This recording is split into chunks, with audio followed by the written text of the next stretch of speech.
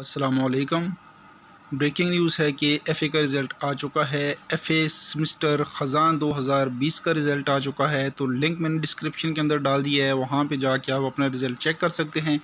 वो तमाम स्टूडेंट्स जो कि मुकम्मल पास हो चुके हैं, अपने चारों सेमेस्टर्स क्लियर कर लिए हैं, उन्होंने वो अपनी डिग्री यानी सनद के लिए अप्लाई कर सकते हैं। सनद के लिए अप्लाई करने का तरीक़ाकार जो है वो मेरी इस यूट्यूब चैनल पे मौजूद है, आप सर्च कर सकते हैं।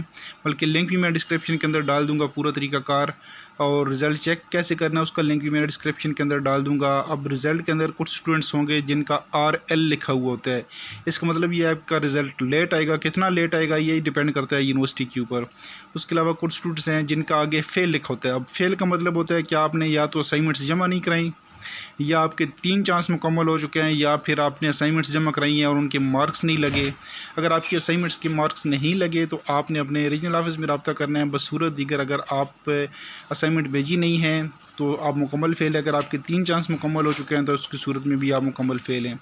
उसके अलावा कुछ स्टूडेंट्स जिनका आगे लिखा आता है RE रिज़ल्ट रीअपीयर, और कुछ को होता है ARE अगेन रीअपीयर। अब ये स्टूडेंट्स वो हैं जिन्होंने कुछ भी नहीं करना, इनकी नेक्स्ट सेमेस्टर के साथ खुद ब खुद डेट शीट आ जाएगी। इसका मतलब ये है कि आपने सिर्फ फाइनल एग्ज़ाम जो हैं वो क्लियर नहीं किए, इनको आपने दोबारा क्लियर करना है। अगर कुछ स्टूडेंट्स का एब्सेंट लिखा, इसका मतलब ये है कि आपने ना असाइनमेंट्स जमा कराई हैं ना पेपर दिए हैं। तो ऐसी सूरत में अगर आपने असाइनमेंट्स जमा कराई हैं तो रीजनल ऑफिस जब रब्ता करना है, अगर पेपर दी हैं तो आपने इस्लामाबाद हेड ऑफिस में रब्ता करना है। रिज़ल्ट रिवीजन का फॉर्म आपने फिल करना है। और वो स्टूडेंट्स जिनके असाइनमेंट्स के नंबर लगे हैं और उनके एग्ज़ाम के नंबर बिल्कुल भी नहीं लगे, शो ही नहीं हो रहे, लेकिन उन्होंने पेपर दिए, उन्होंने भी अपना रिज़ल्ट रिवीजन का फॉर्म फिल करके अल्लामा इकबाल ओपन यूनिवर्सिटी इस्लामाबाद में भेजने हैं।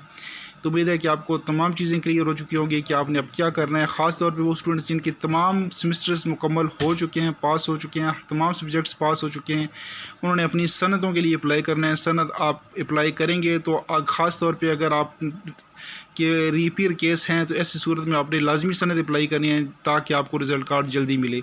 इसके साथ मुझे दीजिए इजाज़त। अल्लाह हाफ़िज़। पाकिस्तान जिंदाबाद और ख्वाजा पाकिस्तान पाइंदाबाद।